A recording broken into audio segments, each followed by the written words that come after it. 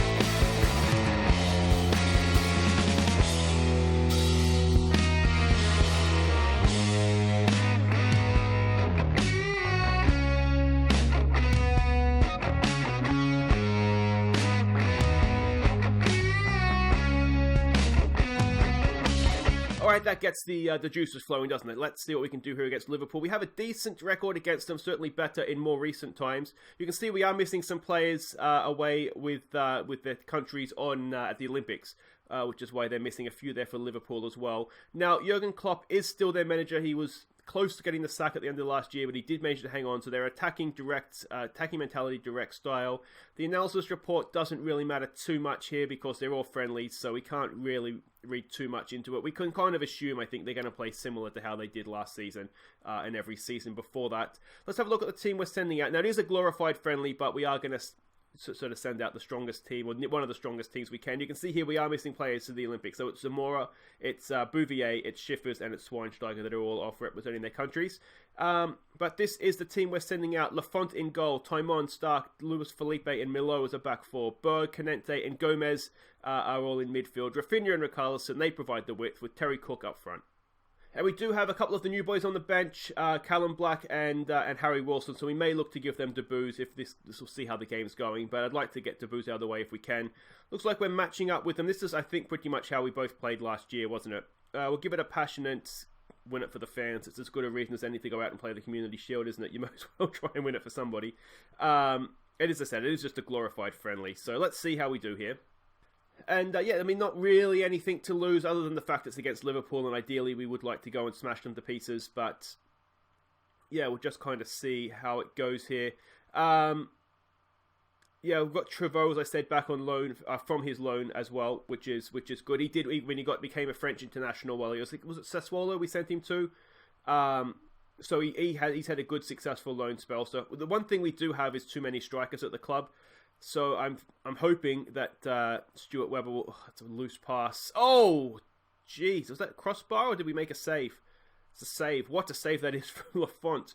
A loose pass from Canente, though, which isn't ideal. Corner comes in. Berg's there. Heads that away. Out to Mane. It's still dangerous. Very, very dangerous. Too much space for Salah for my personal taste. It's bouncing around in there. We've got a block. It's still bouncing around. Hacked clear in the end. And we can't quite manage to hold it up. Is the highlight going to continue here? It looks like it is. No, there we go. It ends. And it just starts again. So we're 15 minutes in, and it hasn't looked good for us so far, has it? Come on, boys. Come on. Long ball over the top. Firmino's onto that. We've done well to get back. Who was that? Nick Stark. Well done, mate. I'm wondering, are we playing... No, we're playing a standard line, so that's fine. Just the way they went over the top there, I was a little bit concerned. Canente on a booking, which I don't particularly like so early in the game. Berg back for Luis Felipe, for Milo. Let's be sensible here, please, boys. It's a good ball out there for Rafinha. What can he do? Golden Boot winner last season, of course. Oh, he's walked straight through. Rafinha! Oh, it would have been a goal of the season contender early on in the season. But just couldn't quite get it past... I didn't see. Is it still Becker in goal for him? Alisson? I didn't see who it was that made the save there. I don't remember seeing Liverpool making a big signing, and you imagine if they're changing their goalkeeper, it would be a big signing. Taimon's well positioned there, well cut out. Good job, boys. All right, let's maybe demand a little bit more here. We've had a fair share of possession, but we haven't really done much with it. Here we go from a corner of our own. Canente, good ball in. It's in there for Stark. Nicholas Stark opens the scoring for us this year.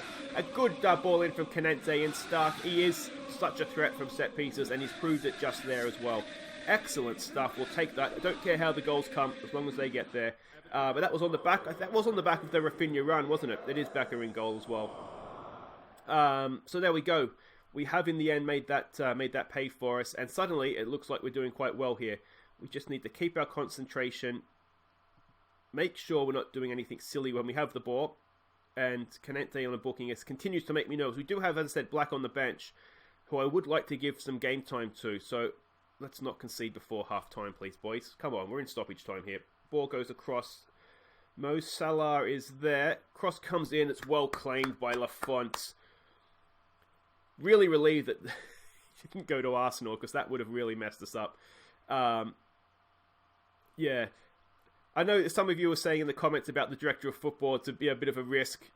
I mean, it is a risk, but you know, we've got to keep it fresh somehow, I think. Otherwise, there was a risk, I think, of the series getting a little bit tedious, because it can get a little bit boring to play as well when when you win the league like that. Canente, he's done well there. Richarlison! Oh, Richarlison makes it 2-0 right before the break. As I tell you what, I didn't want to concede there, but I'm happy to score. We'll take that. Another assist from Canente as well. But again, Rafinha just played a massive hand in this goal. Look at that. And Canente, I'm not sure what the Liverpool defence is doing. Canente just helped it on its way, and Richarlison with a expertly placed finish. Excellent stuff. Was it offside? But it wasn't offside because it wasn't given. How close was it? Oh, he's well on.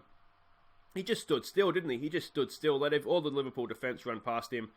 And job done. 2-0 coming into the break. That's what we like to see. What do we do at half-time? It's just got to be, I think, an assertive, don't get complacent here. Don't let your performance levels drop. We'll tell Canente for now, don't get yourself sent off. I am increasingly wondering though if it's I think we do want to give the boost, try and get them out of the way here if we can. And Callum Black is pretty much man for man. We can just slot him in there. He's sort of a poor man's Canente. Or you could just call him the Scottish Canente, would mean the same thing, I guess, wouldn't it? Sorry if anybody's watching from Scotland.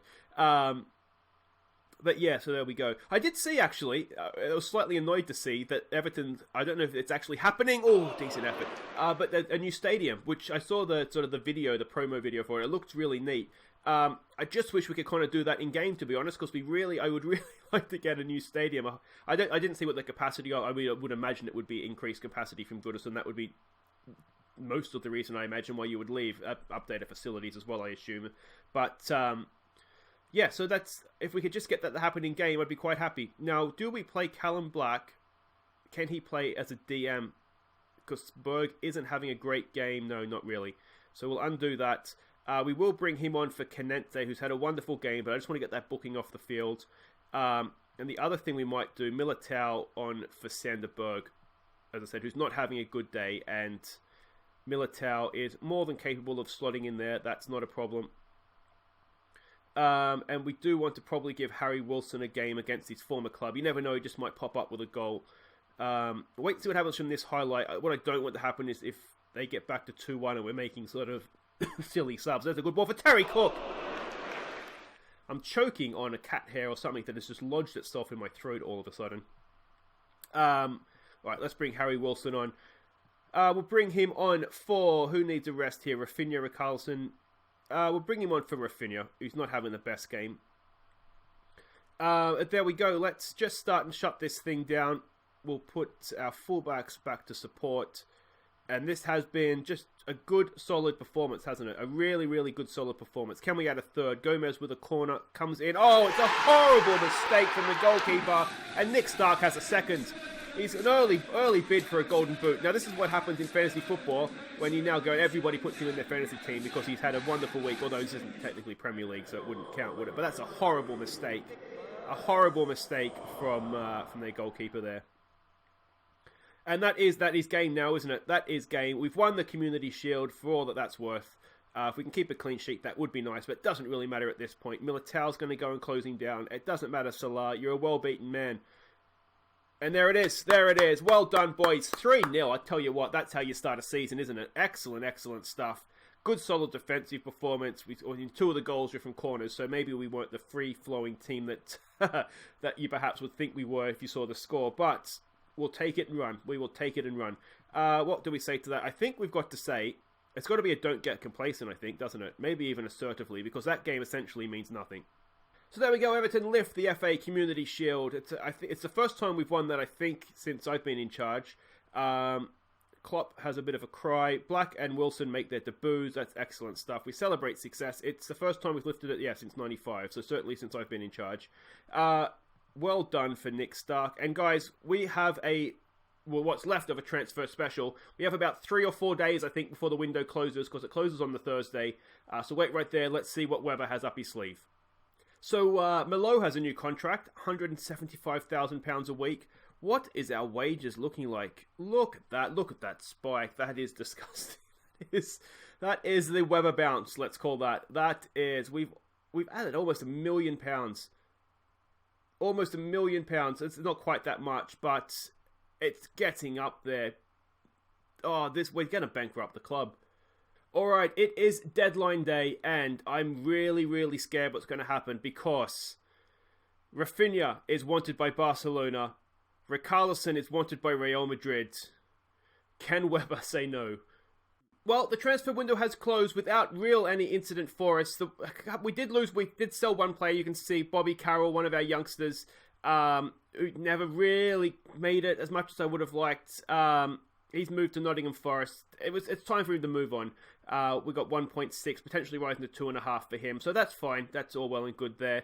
One thing that did annoy me a little bit is that Ipswich made an offer for one of the strikers we didn't want, 16.5 million, and he rejected it because it didn't meet the value. So that was slightly annoying, but that is what it is, I guess. So there we go. Now, it did, of course, dawn on me after the last little bit that, of course, the transfer window is still open in Spain, so we could yet lose Rafinha and Richarlison and now have absolutely no way of replacing him. We have Harry Wilson, so I guess there's nothing to worry about in that front, but there we go. So let's have a quick look at how the transfer window ended up for us. And there we go. We can see we bought in 59 million. We sold 61 million. We haven't signed anybody else since last episode. The other thing that did happen is Warren Jones went out on loan to Leeds for the season. They're paying his wages. So hopefully, I mean, we're not going to use him this year. Hopefully he'll get a little bit of experience there and prove himself in what I assume is the championship for Leeds. Yes. So we'll wait and see what happens on that front. But we'll have a look at the squad that we have now for the season. And this is it. This is our team. So this is, I think, we'll play like this sometimes. Other times we'll play with a number 10. But the strikers that we have at the club for this year: Schweinsteiger, who was, of course, quite brilliant at times last year for us. Terry Cook, who is coming along very, very nicely as well. Rainer Schiffers is what he is, isn't he? Potentially a very good player, but we haven't really seen it as of yet. Trevoh as well, potentially a very good player, but we haven't really seen it yet. And of course, Aaron Hampson as well, who is continuing to develop very, very nicely. Wingers, we know all about our wingers. We have Richarlison, we have Lookman, and we have Wilson, who I think will be the main guys for the left. Obviously, Gomez can play out there. And of course, Gabe Wilson continues to develop as well. On the right side, Richarlison can play over there. But for the most part, it will be shared between Bouvier and also Rafinha. Would it be the worst thing to sell him?